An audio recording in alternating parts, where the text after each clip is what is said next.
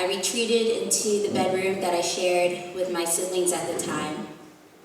And the light was like pouring in through the pink curtain windows. And as I faced the light, I tilted my head towards heaven. I squeezed my eyes shut and I clenched my fists tight. And then I prayed, God, please make me white. At that perfect moment, out comes the third member of this book. He's an American guest. And he comes out and he says, hey, my bags, what are you doing with my bags? And so we looked at each other and we burst out laughing because we realized that our trip to Bologna was safe. As I said before, that I truly learned that even in love, there are conditions, there are consequences. Like, love lives, but then I don't want to believe that it dies, but I say it grows. And so when something grows, it takes different shape. And some things, when they grow, you need to just let go and let them be.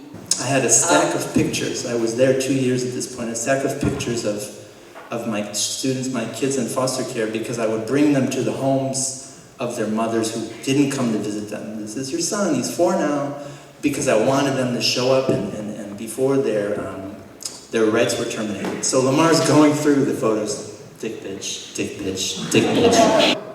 Find the seat next to the window on your right. The second last window seat on your right. The back seat on your right. The first seat next to the window on your right. All these seats are occupied, damn. 2. Loud earphones, loud enough not to be disrupted by conversation, yet enough to hear the conversation. Right? So I'm doing my African obligation. I'm the eldest son of an eldest son.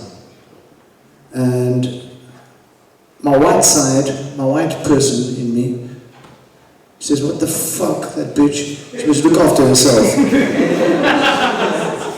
She fucked me over. Why should I care? I'm being honest now. But my African side, my Greco side says, you know what? You're the eldest son of an eldest son. You have no tradition. You have no rituals. When people die, white people, they just want to get back to work. My pride wouldn't allow me to say, I don't know how I'm going to get home. You know? And after the show, he came up to me and he's like, you can get a lift with me, because I was staying with my friend in Oakland. And while driving to Oakland, we started talking, having a conversation, and he told me his history. When he first arrived to America, he was stranded and a stranger gave him a lift and said, one day, repay somebody with the same. And he did that to me. And later he got a call on our way to Oakland, and his wife spoke. And he said, after the call, he put the call down, he's like, I couldn't tell my wife that I'm giving a black man a ride back home.